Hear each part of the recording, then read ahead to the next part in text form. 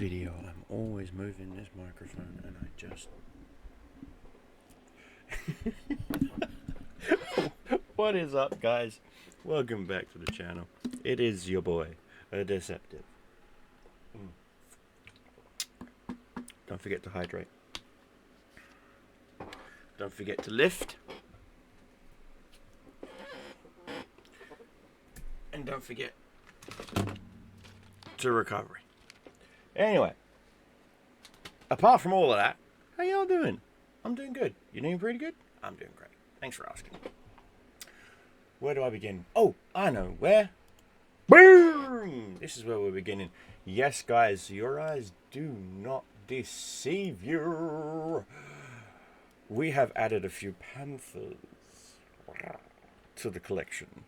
This is my EU account. This is not my North American account because my North American account is predominantly Sherman's. Sherman pal. And here on the EU, it is predominantly Panther powered. Mostly because, well, frankly, it's... I don't know why. I figured, what the hell, there's a chance I might get the Panter Kuro. If you don't know what that is, the Panter Kuro was a limited offer Panther that was part of a promo/bundle deal that Wargaming was doing a couple of years ago with a shitty website, kind of like that Poogle thing they did, where if you registered with their website, you got one that I think it was T92 or something like. You got a really shitty American tank with a special poodle skin.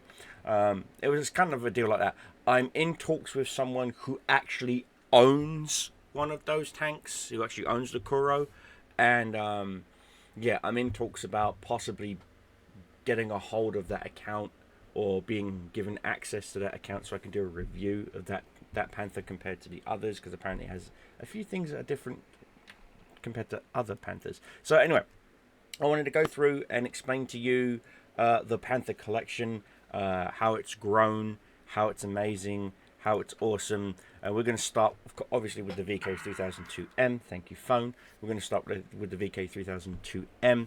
Of course, this is the prototype original Panther that literally was the prototype platform. This is what all Panthers originally stemmed from, with the addition of upgrades like the OFS A, OFS B, OFS C, OFS H, OFS F, etc, etc, etc. And then we actually have the actual designated Panther platform. Yes, that is an incredibly long PP, ladies. Doesn't mean he knows how to use it, but it's the long PP. And then that leads into the Panther 2, again with the exact... Now this PP is even longer. Bum, bum, bum. You know what to say, right? Once you go black, that's right, you have a bad back. Anyway, so let's get into it. Let's take a quick look at the Panther 2. We have got the majority of the stuff unlocked. Now, bear in mind, the Panther 2 and the Panther 1, there's no real distinguished difference other than the fact that you get a different looking turret. You also go upper tier, which means you get to see tier 9s, tier 10s. Which means you're going to struggle and fail to penetrate even at distance, even with the 8.8 L100 gun, which never existed. So there you go. 223 millimeters of pen on a basic shell is just not enough. I'm sorry, but the Panther 2 needs a pen buff on all of its guns. The fact that if you start off, this is the most quote-unquote upgraded gun you've got, 135 Alpha, is just not acceptable at this tier, no matter what tech tree it is. It just is not acceptable. Not when you're getting derped by BZ-176s for 800 something Alpha. If you do pen, you scratch their paint with 135. No, I'm sorry, but no. No. Oh, but you should be at distance. I was at distance. You gave that friggin' heavy tank boosters.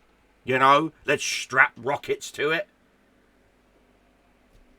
Dun dun dun, you idiots. Clearly you're freaking Hassan Piker fans. Anyway,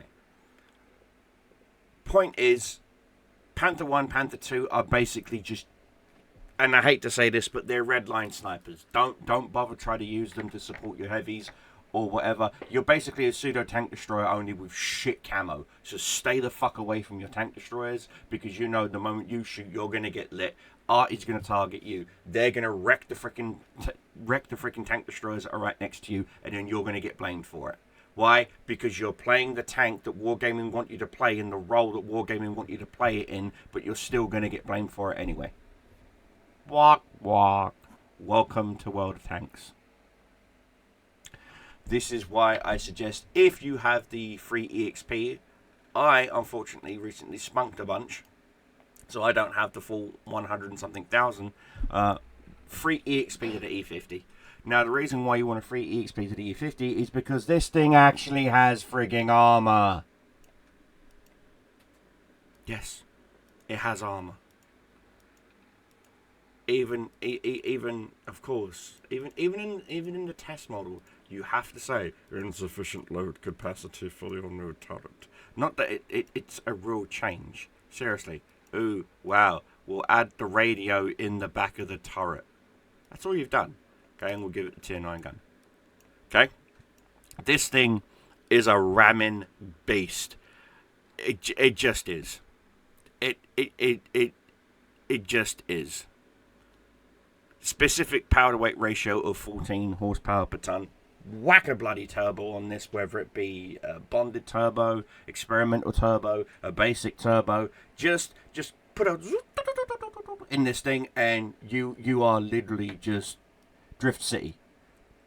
And yeah, you can have some fun with this thing. I on the North American server, I may load up my E50 and my E50M with HE just to track light tanks and medium tanks, and then just ram the motherfuckers to pieces. I literally take the Soviet tactic of, we can't see anything, comrade. Ding. What was that? I think we ran them over. Oh, good, Suka. Ha. That's literally Russian tactics, because their optics are shit. Proven historical, actual real life fact. Their optics were shit. They still are. The fact that two Bradleys literally double teamed a fucking T90 like it's on an episode of Blackened. Need I say any more? So even your modern tanks are junk. So anyway, Panter 2 leads into the E50M. That leads me into the first of two premium Panter tanks that I've recently purchased. This is the Panter M10. I actually forgot about this tank. Mostly because I keep considering it American, because it gives the silhouette of an M10. So you would think that they would actually designate this tank a tank destroyer. But no, it is still designated a medium tank, and it's still designated. They call it a versatile medium tank. No, it's a sniper. Just no. It's a sniper. It still gets the horrid fact that if you get hit anywhere in the front, engine's knocked out. And of course, this is the standard medium tank equipment, vents, rammer, optics. You seriously want to possibly go with a secondary build. And I truly mean this. Go with a secondary build where you have got... You can keep the vents, that's fine. But look at the secondary builds of maybe adding a turbo instead of the vents. Yeah? And then for survivability, you will want to look at adding improved hardening, either bounty, not really experimental really don't. I mean, if you don't have the regular one and you've got the experimental, yeah, use the experimental. And that's because that will improve your track health, that will improve your module health. This includes your engine, your gearbox, your fuel tank, so you don't catch fire like that. Because Panter 2s have a 21%, I believe it is 21% chance of fire when shot in the front. You lowered the chance of a freaking you lowered the chance of a Type 59 from being ammo racked from the front, even though in real life they can be ammo racked from the front. Go freaking figure. Anyway, so the point is, you whack some kind of survivability onto it, and then the third option, you can go with optics. Okay, you can go with optics, or hear me out. Now bear in mind, because this is tier 7, not tier 8, it doesn't get Commander's Vision view system, which kind of sucks. So whack a regular optic on it. or put vents on it. Just saying. And then that way you can turn it into a very efficient bullier of lower tier tanks. If you realize you're top tier, blink, switch it out, ram, shoot, whatever, have some fun. You know, you can always swap it out. You can always try and do one where it's a sniper build. And if you're going to go with a sniper build,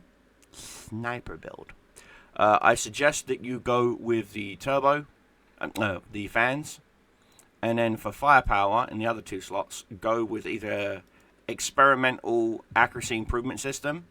If you've got a tier 3, go with the tier 3. All I need to say. If you don't, throw tier 1, tier 2 on it. And then last but not least, throw in a rammer and just sit back and just pew, pew, pew, gotcha. Pew, pew, pew, gotcha. And just support your light tanks, support your mediums and your heavies and Wolfpack. But that's the Panter M10's tactic, which then leads you... Again, we've got the Jagdpanther and we've got the Jagdpanther 2 tank destroyers. I use my Jagdpanther 2 like it is a versatile pseudo Yagi E100. Go with rammer vents and improved hardening for your tracks. And you can bully lower tier mediums and even lower tier heavies, as long as you hide your lower plate and you angle. You'll be amazed at how much of a 45-degree angle here. I'll even show you in Armor Inspector. You will be amazed at angling. See? You will be amazed. It will be very, very hard for certain caliber guns. So it's going to have to be a 120 or higher to overmatch. But look at that, 255 millimeters. Just with that slight angle. Do you see? 216. Yeah, granted, but you're starting to understand. You can effectively angle in this thing in 264. The only thing that can overmatch this, 300. There's no 300 millimeter guns in the game, so this can't be overmatched. So, like I said, everyone keeps sleeping on the Jagdpanther 2. Don't sleep on the Jagdpanther 2. It will F you up if it's set up right. And then, of course, that leads into the Scorpion, which is, as you guys know, a prototype tank destroyer based off of the prototype VK. Ta-da! So, there you go. And then, of course, you've got the GW Panther artillery. It's the only artillery piece I have in the whole of my North American account. I do not own any other artillery pieces. I've tried other artillery pieces, and they just don't... I don't like them. I don't like how they play, etc., etc. So, beep. And the second premium of the purchase, the Poodle. This is a Polish clone of the Panther. And I believe this is based on the Panther OS G? I want to say? Is it the OS G? Yeah, I was right. OS G. I know my shit. It's based on the Panther OS G, which means it just got a slight engine increase and a slight... It got rid of the shot trap. If you look on some Panthers, underneath this turret, there's a opposite angle. It's meant to deflect shells, but it deflected shells up into the gun mantlet, which they realised was a big friggin' mistake. I think that's the OFS E, and they got rid of it. Also, the OFS E got... I want to say it was a transmission. No, is it an engine or transmission redesign? But yeah. And so, got reinforced fuel tanks as well. Self-sealing fuel tanks. So really chance of fire should be lower, but it's not. So the point is, with Panthers, you've just really got to worry about fires. So first thing I'm going to do is I'm going to grab this. You always want to go with, again, automatic fire extinguishers, because, again, it's a Panther. You will catch fire. It will hurt. Let me just whack that out. There we go. It will hurt.